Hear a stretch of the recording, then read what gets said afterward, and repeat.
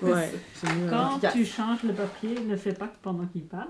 Non. Je le donne des cours en Ok, même temps. parfait. C'est de... Ouais, Elle, je ne dois pas trop donner, mais Oui.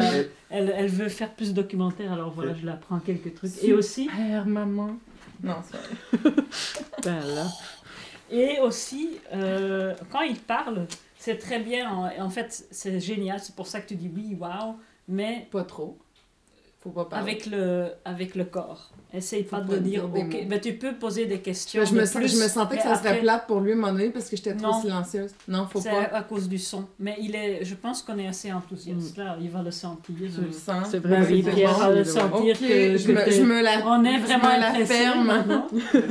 Non, mais tu peux demander certainement des questions de plus de ce qu'il a dit. Oui, Ça, c'est mais sûr, faut parce pas qu'il y a faire oui, parfois- yeah, Pas tout le temps, Non. parce que moi, je vais Non, mais c'est vrai, je c'est vais du t'amener dans le travail. montage et je vais Ouais. dire, bon, débrouille-toi. Oui, c'est ça. Enlève les Mais c'est difficile. C'est ouais, très parce difficile. C'est un truc que Bon, parfois ça prend vraiment du temps. J'ai même des gens avec qui je travaille très expérimentés comme réalisateurs qui le font encore. Ah oui, C'est hein. que je le tape dessus parce que c'est tellement Non, mais naturel ça que... va être Ben oui, facile mais pour tu moi, discutes mais avec quelqu'un, C'est ça. normal. Ouais. Tu me le diras. Oui, oui, mais c'est pas grave. C'est correct. On continue? Oui, on continue, bien sûr. C'est bon, Il y en a ça encore pas- tourne? Ça tourne et c'est Ok. vraiment génial. Ça Ouais. passe super bien. Ouais. Bon.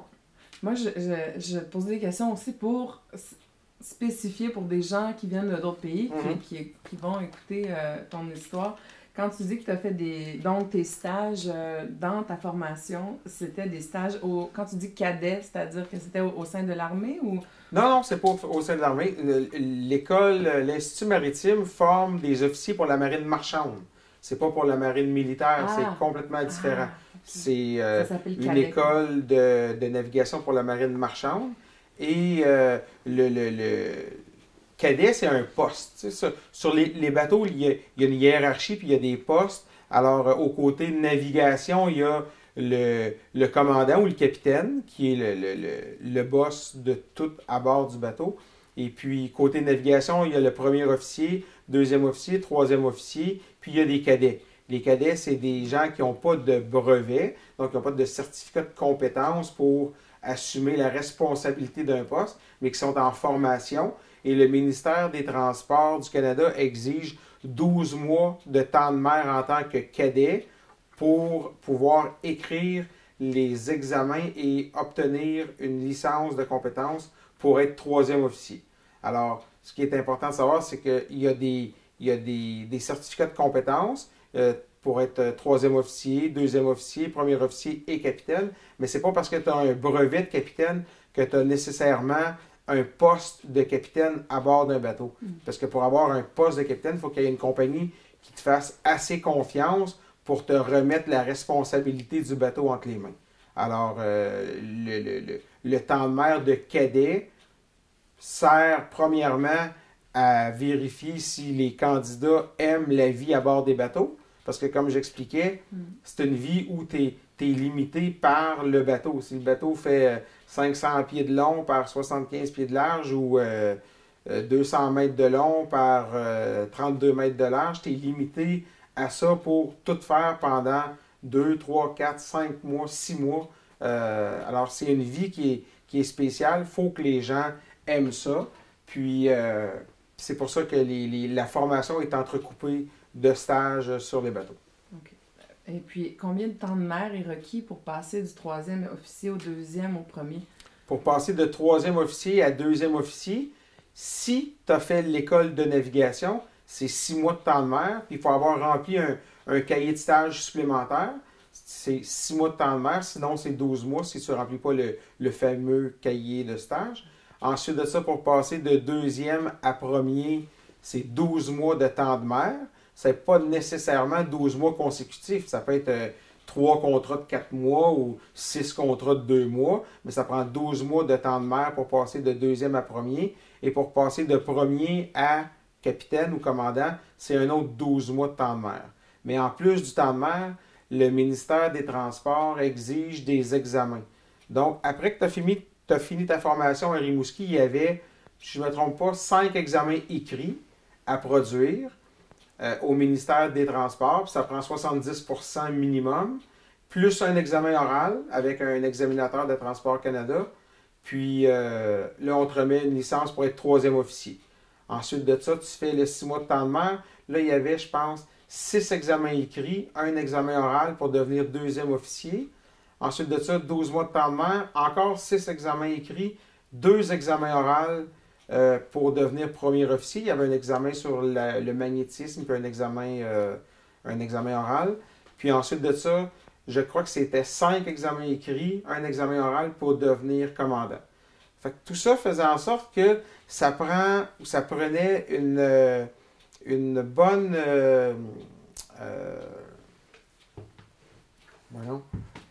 discipline personnelle parce que fallait que tu étudies les examens durant ton temps de congé et les examens ont un calendrier fixe. Si tu veux faire l'examen d'Astro ON2, qui est le brevet de deuxième officier, exemple, c'était la semaine du 14 avril. Si tu ne le faisais pas le 14 avril, la prochaine fois, ça allait, exemple, le 12 mai. Donc, une fois par mois. Donc, la discipline d'études personnelles, il fallait que tu gères tes vacances, ton étude et le calendrier d'examen pour essayer de les faire le plus vite possible. Puis, c'est comme ça qu'on monte au niveau des brevets.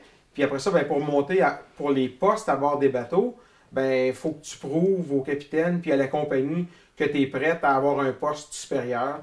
Tu as un certificat de compétence qui te permet d'être deuxième, mais il faut que tu ailles prouver que tu es prête à être deuxième officier à bord du bateau.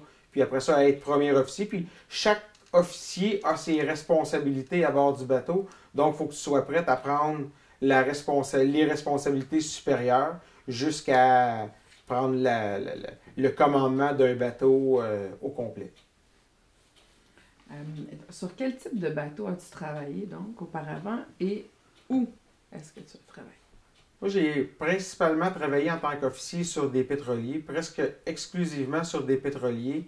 Le seul bateau qui n'était pas pétrolier, c'était un bateau de la Société des traversiers du Québec. Mon dernier bateau avant de commencer mon apprentissage au pilotage, était le Camille Marcoux, le traversier entre Matane et Bécomo. J'ai eu ce poste-là relativement jeune. J'avais 27 ans quand j'ai commencé mon commandement sur le Camille Marcoux. Puis on prenait la relève. Il y a 2 capitaines sur le Camille Marcoux qui se relaient une semaine on et une semaine off. Puis les 2 capitaines avec beaucoup d'expérience avaient pris leur retraite là, dans les mois qui précédaient. Alors, je me rappelle très bien avoir rencontré des passagers sur le pont du bateau, puis ils me voyaient, puis ils disaient c'est qui le capitaine à bord? Puis là, je leur disais c'est moi le capitaine. Puis ils disaient non, mais le vrai capitaine. Parce que à 27 ans, c'était relativement nouveau pour eux autres de voir des très jeunes capitaines comme ça commander un bateau où ils pouvaient, je pense qu'il y avait pouvait accueillir 650 passagers, le Camille Marcoux. Puis avant ça, j'ai été commandant sur un pétrolier chimique tout nouveau qu'une compagnie québécoise venait d'acheter, le groupe des Gagnés de Québec. J'ai été capitaine pour eux pas très longtemps, mais c'était les 2 commandements. Avant ça, j'avais seulement navigué sur des pétroliers, toujours des pétroliers, mais des pétroliers soit pétroliers gaziers ou pétroliers chimiques ou pétroliers normal. Un pétrolier, en réalité, c'est un navire qui transporte des matières liquides. Donc, tu peux avoir des pétroliers qui transportent de l'eau, tu peux avoir des pétroliers qui transportent du jus d'orange, tu peux avoir des pétroliers qui transportent du gaz liquide, exemple du propane, du butane, mais sous forme liquide. Alors, pétrolier, c'est une catégorie de bateaux qui transportent du vrac liquide. Les vraquiers, ils transportent du vrac solide. Les conteneurs transportent des conteneurs. Il y a des laquiers. Un autre, c'est des bateaux qui sont spécialement conçus pour les grands lacs, c'est-à-dire de dimension maximum pour les écluses. Mais moi, j'ai fait ma carrière sur les pétroliers. Et puis tu disais tantôt que tu t'étais ramassé au Liban ou près des côtes Ouais. du Liban. Tu as été dans beaucoup de pays avec cette... Oui, j'ai fait beaucoup de pays. J'ai jamais fait, j'ai jamais fait l'Extrême-Orient, mais j'ai fait les Amériques Nord et Sud, l'Europe du Nord, l'Afrique. J'ai travaillé longtemps en Afrique, la Méditerranée, la Turquie, la Norvège, le Golfe Persique. À part l'Extrême-Orient où j'ai pas eu à naviguer, j'ai pas mal fait les autres zones du globe, disons. As-tu eu des embûches ou as-tu des anecdotes à raconter? Des anecdotes. Une des anecdotes que je raconte souvent, puis ça a rapport avec le fait que ma langue maternelle soit le français. Je me rappelle très bien avoir navigué avec des Canadiens anglophones, puis on est rentré dans un port dans le port de Portland, dans le Maine, puis c'était la journée du Super Bowl américain, puis la garde côtière américaine vient à bord, puis c'était un pétrolier, puis sous les connecteurs, il y a une espèce de grand récipient, et puis en anglais, on appelle ça un drip tray, un récipient pour recevoir les gouttes qui pourraient tomber lors de la connexion ou de la déconnexion des tuyaux de chargement. Et puis, l'officier de la garde côtière me dit, on avait eu du mauvais temps 2 jours avant, alors les drip trays étaient pleins de glace. Et puis, l'officier de la garde côtière américaine, il me dit en anglais, well, mate, you won't be able to start discharging because your drip tray is full of ice. Et j'ai dit, OK, d'accord. Alors, j'étais 2e officier. J'ai appelé le 1er officier, puis je lui ai dit, Danny, the Coast Guard said that we can't start discharge because the drip tray is full of glass. Et là, il dit, how come the drip tray is full of glass? Puis là, moi, j'étais beaucoup plus short fuse type dans ce temps-là. Alors là, j'ai dit, il fait mauvais depuis 2 jours, alors le drip tray is full of glass. Fait que là, il dit, you mean it's full of ice? Là, à ce moment-là, je me sentais ridicule et petit comme ça. Ensuite de ça, j'ai navigué avec des anglophones, des Anglais d'Angleterre, et puis j'étais deuxième officier, puis on arrive pour rentrer à New Orleans, dans le Mississippi, puis on était pour embarquer le pilote de la rivière Mississippi. Puis le capitaine, j'appelle le capitaine, puis je lui dis, alors capitaine, on va prendre le pilote dans une demi-heure. Alors là, c'est de coutume, c'est le capitaine qui vient faire les manœuvres dans ce temps-là. Alors le capitaine monte en haut, puis il me dit, OK Pierre, you can go down and get your bowl of soup. Là, l'anglais étant pas ma langue maternelle, quand ça ne fit pas dans le contexte, là, là, il est 2 heures du matin, là, le capitaine il me dit que je peux descendre puis prendre mon bol de soupe. Là, je savais qu'il y avait quelque chose qui ne marchait pas. Fait que là, je lui demande de répéter. Il me répète encore la même chose. You can go down and get your bowl of soup. Là, je dis, Captain, I'm so sorry, I can't understand what you mean. Fait que là, il dit, go down and get your boiler soup.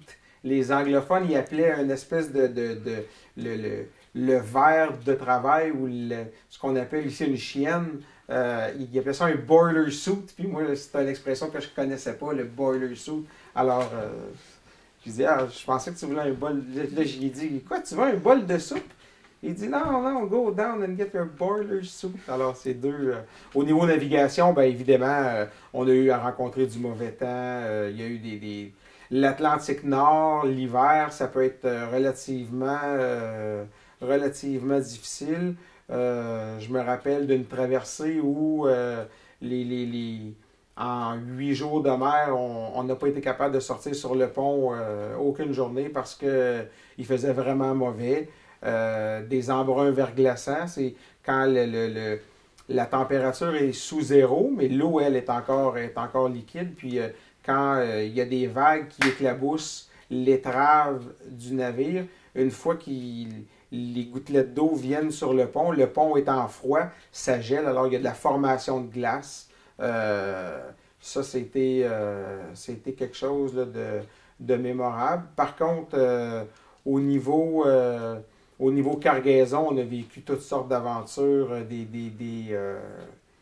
des situations où il fallait... on a eu des cargaisons qui étaient contaminées, plusieurs aventures comme ça, mais il n'y avait pas... aujourd'hui, les pétroliers qui naviguent dans certains coins du globe sont souvent, pas souvent, mais peuvent être attaqués par des pirates modernes. Tu sais, là. Dans ce temps-là, on n'avait pas à se soucier de ça, ou presque pas.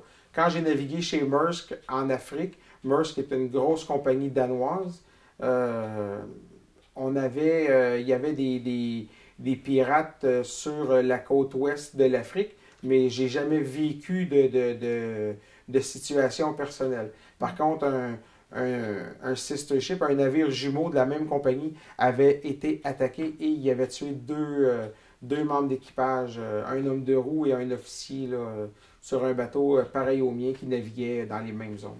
Mais personnellement, j'en ai pas eu. Non. As-tu déjà eu peur pour ta vie dans d'autres circonstances?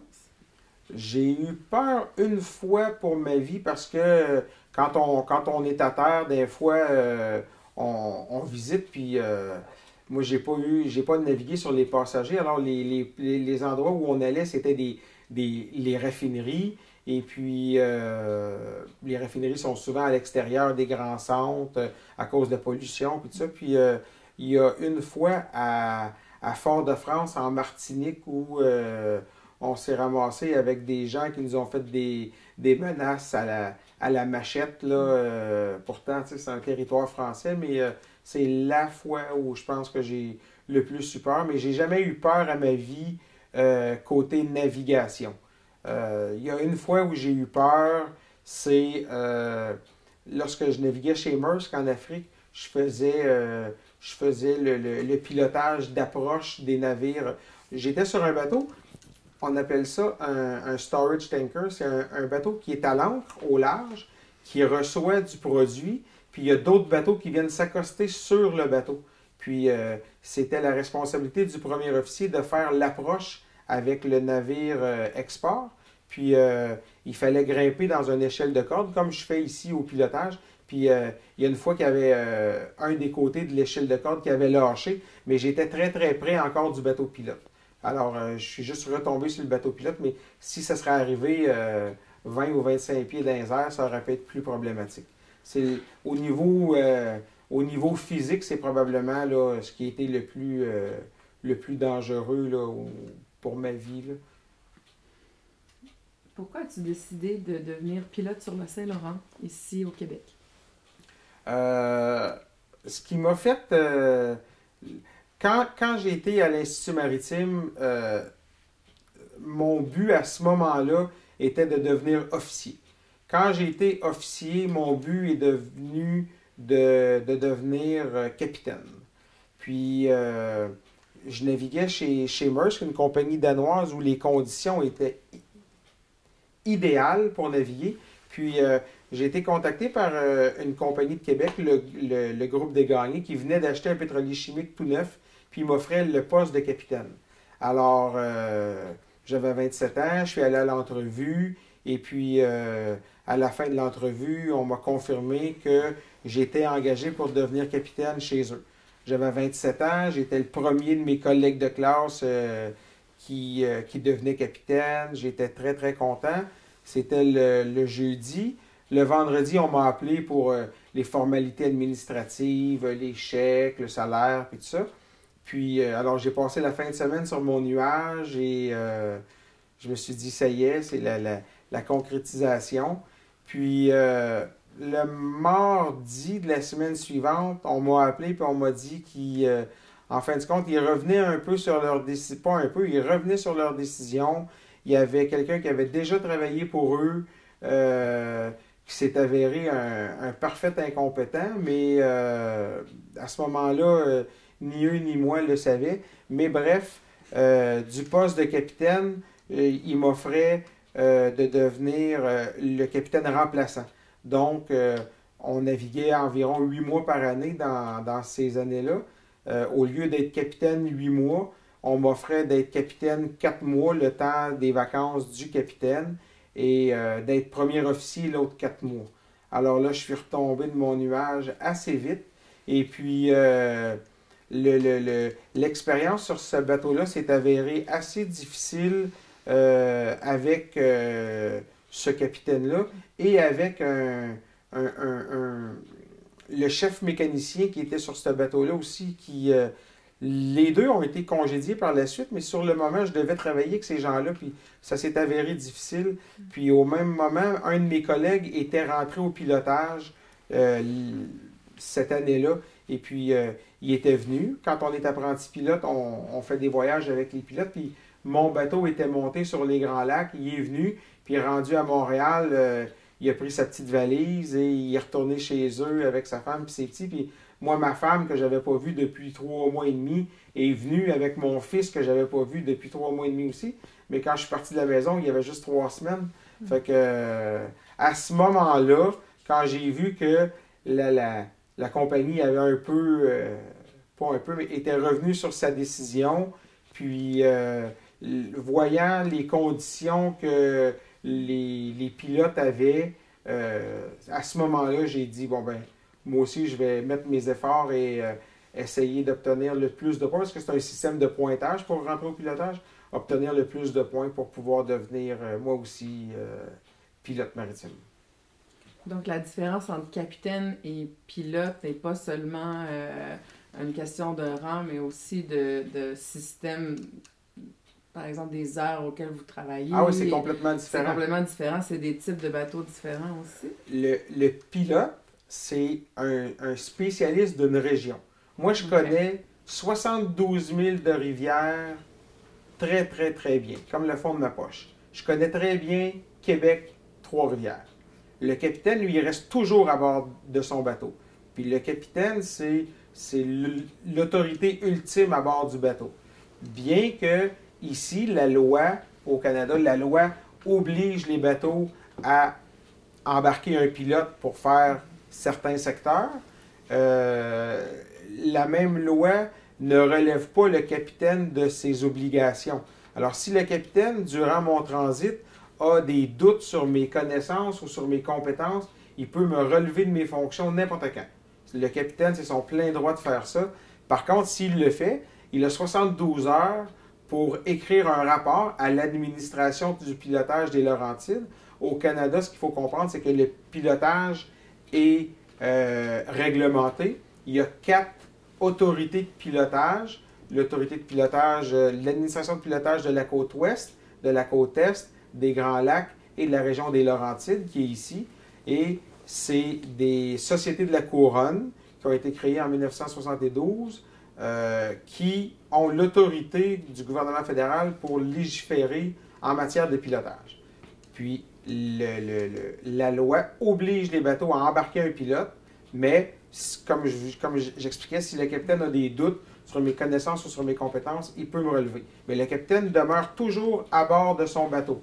Il peut travailler avec 25 pilotes différents, mais lui, il demeure toujours à bord de son bateau. Tandis que le pilote, c'est un spécialiste d'une région, puis peu importe le type de bateau, il connaît la région et il prend... Moi, quand j'embarque à bord de bateau, je prends la navigation du bateau en charge. C'est moi qui est en charge de naviguer le bateau entre Québec et Trois-Rivières et Québec, évidemment. On fait l'aller-retour. Quelles sont les particularités du fleuve Saint-Laurent et pourquoi dit-on que c'est dangereux de naviguer sur ce fleuve? Bien, le fleuve Saint-Laurent, il est quand même relativement difficile, mais par secteur pour des raisons différentes. Exemple, moi je pilote Québec-Trois-Rivières. C'est un secteur qui est sujet aux marées, puis c'est un secteur dont la nature du fond change de façon importante. Il y a des secteurs où le fond est en vase, il y a des secteurs où le fond est en sable, et d'autres secteurs où le fond est en roc. Et les navires réagissent de façon différente selon la nature du fond. C'est un secteur aussi qui est soumis à un courant de marée. Alors, à Québec, on peut avoir jusqu'à 22, même 24 pieds de marée, ce qui fait que les courants changent 2 fois par jour. Étant donné qu'il y a une marée, ben, le chenal n'est pas creusé partout à la même profondeur.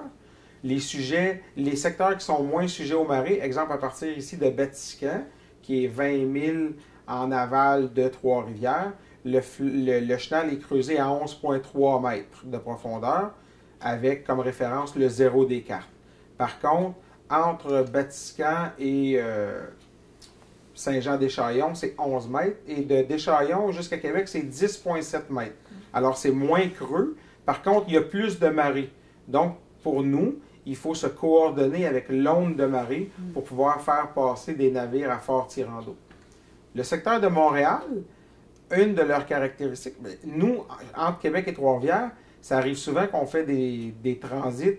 On embarque sur le bateau pilote à Québec et on débarque sur le bateau pilote à Trois-Rivières. Les gros bateaux n'arrêtent pas pour embarquer un pilote, ils ne font que ralentir. Et il y a une petite navette qui vient se coller, puis on monte dans une échelle de corde sur le côté du bateau ou une échelle d'aluminium quand ils sont disponibles. On n'a pas l'occasion de manœuvrer le bateau, d'accoster à chaque affectation. Le secteur Trois-Rivières-Montréal, les pilotes, qui font partie de la même corporation que la mienne, ont à manœuvrer le bateau à chaque affectation. Quand ils embarquent à Trois-Rivières, le bateau a pour destination le quai, l'écluse de Saint-Lambert ou l'ancrage. Puis quand ils partent de Montréal, ils partent de l'ancrage, ils partent de l'écluse ou ils partent d'un quai en direction de Trois-Rivières. Donc, eux, ils sont meilleurs que la plupart, sont meilleurs que les pilotes de chez nous parce qu'ils ont à manœuvrer les bateaux à chaque affectation. On devient bon dans la manœuvre de bateau à force d'en faire. C'est comme si je dirais faire du stationnement parallèle. On devient bon à force d'en faire. Alors, les pilotes de Montréal ont la chance de manœuvrer à chaque affectation, ce que nous autres, on n'a pas. Par contre, chez nous, on a une côte qui est très bien définie pour le travail au radar. Alors, on est capable de devenir meilleur au radar dans notre secteur. Les pilotes de Montréal ont moins la chance de développer ça parce que leurs côtes ne le permettent pas. Chez nous, on a des escarpements de roches qui sont clairement définis au radar.